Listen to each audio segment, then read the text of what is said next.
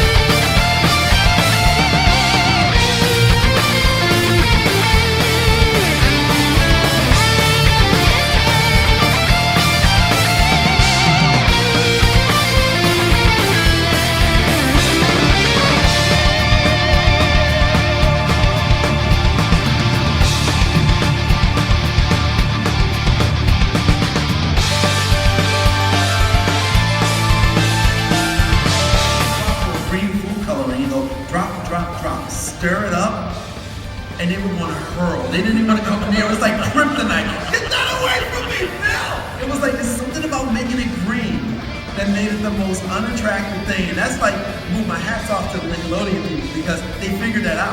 It's delicious, and you can eat slime. One of the coolest things to do, you really want to mess with some kids, make your own slime, but don't let them see you how you do it. Take your hand, it's messy, but it's fun, trust me. You would like this.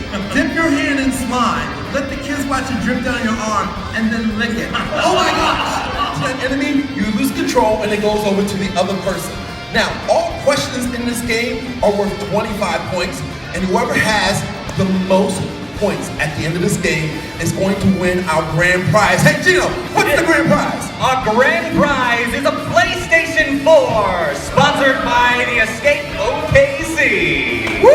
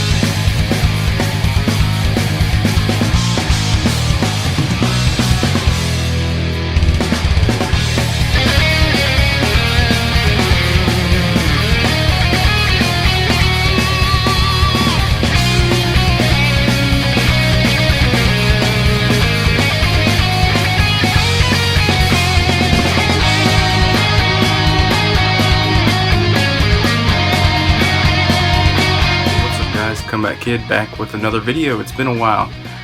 This is my second annual Super Bitcon trip. It's a retro game convention that happens for the past 2 years in Oklahoma City. So this is my pickups. I hope you enjoyed the video that I put together for you guys, just showing a little bit around the convention center, the vendors, the games that were available to be played, cosplay, all kinds of stuff. It was really fun. They had Phil Moore there. He used to host Nick Arcade back in the 90s, if you remember that. Kind of an old school cult classic show that I remember. And he had autographed this for me here. It's just really cool. They had a live game show that kind of went on there, and it was really cool, really fun. Kind of a nice thing that they put together, so it was really awesome. He wasn't just there signing autographs, he actually did a game show, which is really cool. Some of the other pickups that I got, mostly I wasn't really looking for a whole lot of stuff. Mostly I was just looking for NES stuff that I didn't already have. So let me just show you some of the NES stuff, and then we'll get down to the other odds and ends that I picked up. First of all, let me show you this. This is Super Mario 30th anniversary pin, kind of in the style of Super Mario Maker, I guess. There was some Nintendo reps there and some Sony reps there as well. They were handing out posters and things like that, so I got that for free. And here's some of the NES games that I picked up. A lot of these were dollar buys, and also I bundled a lot of these together. You know, I just picked out like 7 or 8 games that were like $2 or $3, and I said, will you go down, or will you give me a deal if I buy a whole bunch at a time? All of them said yes, so it was really cool. Like all these games, I didn't spend more than probably, I don't know, $40, maybe a little bit more. So first we have Millipede. We got Pinball. A lot of these are commons, I just didn't have them. Seacross, or however you pronounce that. Like I said, some of these are $3, $4, $2. Sesame Street, Big Bird's Hide and Speak, which I didn't have. Wayne Gretzky Hockey. which I believe there's 2 variants of this, different colors. RoboCop, Skater Die 2, Sesame Street ABC, Indiana Jones and the Temple of Doom, Solstice. This one's kind of scuffed up, but it was only $1. Star Voyager, like I said, another $1 game. It was probably even less than that when I bundled everything together. Cobra Command, Snoopy Silly Sports Spectacular. Now, if I'm not mistaken, I think this goes for a little bit more than $6. Maybe that's a 9. Can't tell. But last I checked, that was like a $15 game. I could be wrong. Chessmaster. Let's see.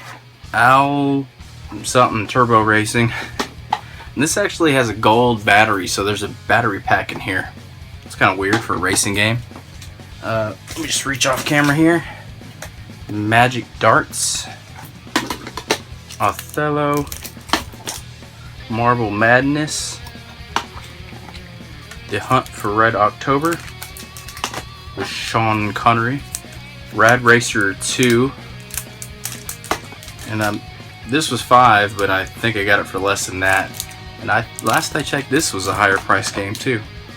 The Moffat Conspiracy, American Gladiators, another cult classic 90s show, Lunar Pool, Pipe Dream. The little staining on the label there, I didn't really recognize, or didn't really see that that was on there, but that's okay, $3. And Tiger Heli. Okay, that was all for the NES pickups. And a lot of these other pickups that I got, I actually brought some trade bait with me. I had like an extra Super Mario 2 and an extra Super Mario 3 that I used to trade for some of the stuff. So some of the stuff I didn't even pay anything for, because a lot of that trade bait that I got was actually for free anyway. You know, just from donations from friends and things like that that I had accumulated over the years. So, like for example, I'm going to show you this here. This was a game that I've been wanting to add to my GameCube collection, and it's Star Wars Rebel Strike 3, or sorry, Star Wars Rebel Strike Rogue Squadron 3, and it is complete. And I've been wanting to get this for my GameCube collection, and I actually traded, I believe it was Super Mario Brothers 2 loose for this, and I already have Super Mario Brothers 2, so got that for nothing pretty much. Also, we got a copy of Twisted Metal 3. I actually got this in a trade I did with somebody at the convention. There's a local retro gamers group that I follow on Facebook within my area, and a lot of us were going to Super Bitcon, and they didn't have Twisted Metal. I'm trying to get Twisted Metal 3 and 4 because those are the ones that I played when I was younger, and I didn't find any Twisted Metal 3, and a guy had it with him, and I forget his name. I apologize, but he hooked me up and gave me this for, I believe it's $10. So, nice copy, Twisted Metal 3, non-greatest hits, and I'm happy with that. Also, this was part of the NES pile. This was an eliminator cart. I believe this is a cleaning cart. It was $1, and it actually broke because there's two little. It's like a hook that goes on the end of it, and I guess it broke when it was in my bag. So that kind of sucks. But it was $1, and I've seen these around, so I don't think they're too hard to find. Also, we got, there's a lot of people selling art there too, paintings. Last year I got a The World Ends With You painting print. That's really cool, and I got that framed, and I'll show that for you here in a minute. Also, there was a lot of pixel bead art going on, and I bought a Shovel Knight pixel bead art, which is really cool. Thought that was really, really cool. So I think this is like $8 or something like that, so that was pretty cool. I like artwork for video games. There was a couple people selling just straight up boxes for games. Not as many as last year. There's a whole bunch of N64 games that I have loose from when I was a kid, because I guess I threw away the boxes. A lot of them I actually bought without the boxes too, because I bought them used. So I'm trying to go back and get those boxes for some of the games that I want, like GoldenEye, Super Smash Bros., Ocarina of Time, things like that. I have all those loose, and just buying the box is a little bit expensive too. I didn't realize it was going to be that expensive. Sometimes it might even be worth it just to buy the whole game over again and sell the extra cart. But anyway, I got a copy of Star Fox, the big box, which is what I used to have, and this fit the Rumble Pack back in the day. This was just the box. I had to buy the box and manual separate. So here's the manual, and I think total it was like $12 or something like that. I already have the game, so I don't know if that was too good of a deal. It didn't come with an inner tray, and I have to find Rumble Pack. I think I might have one, but anyway, there's that. And I picked up a strategy guide. I used to buy a lot of strategy guides, but I don't anymore. I just don't really see a need for them. I never use the strategy guides really at all. I just use them for artwork. The only time I use them is if I'm trying to really complete the game and really into the game and want to get all the secrets. I never use them the first time because I think it spoils the game. That's just my opinion. But here is is probably my favorite strategy guide of all time, and it's from Versus Books, who I think make the best strategy guides. And that is Resident Evil 2, the complete unauthorized guide. And I just love this guide. I still have my copy, but mine's really beat up, so I haggled with some lady that was selling her son's guides, and I got this for $5. There's a slight crease right here, but that's okay. Everything else is really nice about the guide. It's $5. And the thing I really like about these Versus guides is that they hand draw the maps in an overhead style so that it's very easy to read, and I think it's really cool. They also give a nice description of what you need to do. They give in screenshots of the gameplay as well, into certain areas. This has Claire's first and second mission and Leon's first and second mission, as well as Hunk and Tofu. It also goes over certain secrets. Goes over the Game Shark stuff in here. Lots of stuff. This manual, like I said, this strategy guide is probably my favorite strategy guide of all time. So I got that for $5. Also, this is one of the games I've been looking for. Surprisingly, this was cheaper than I had thought it was going for, but it's Parasite Eve 2. Picked up the first one about a year or so ago, and I rented that when renting was still available back in the early 2000s, and I really liked it, but I never got around to beating it, and I decided I wanted to pick up Parasite Eve 2 because I heard this one's not as good, but I wanted to play this someday as soon as I beat the first one, and I wanted to pick it up before it gets too expensive. So there's that. And one more pickup. Like I said, I didn't pick up too much, but this is a holy grail that I decided to pick up. I was gonna buy this last year. I don't know if it's the same one, but I didn't want to bite the bullet at that time. But I did it this time, and it's a bucket list item, and I spent quite a bit of money on it. I spent about what it's going for. The thing is, I do already have a copy of the game, so once again, I'm in that situation where I'm just buying a box and a manual and a tray to complete the game, so I can sell the double to make up a good amount of my money to where I'm only spending, I don't know, $60 total on this. But that is Super Mario RPG boxed, complete, and minty fresh. The manual does have a slight bend in it, but that's okay. Everything else about this game is mint, and this is one of the few games that I wanted to get complete in box because it is very nostalgic to me.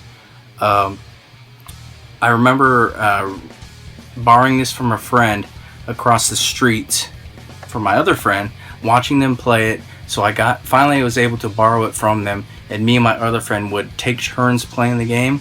Like he would play the game, and I would tell him what items to use, kind of like coaching him.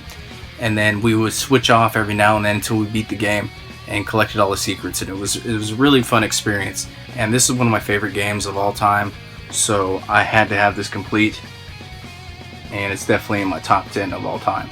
So finally glad to have that. That's one off the bucket list for my collection. Thanks for watching this video, guys. Hope you enjoyed it. I will definitely be going back next year if I'm still in this area. Super Bitcon 2017. Thanks you guys for watching, and I'll catch you guys next time. Peace.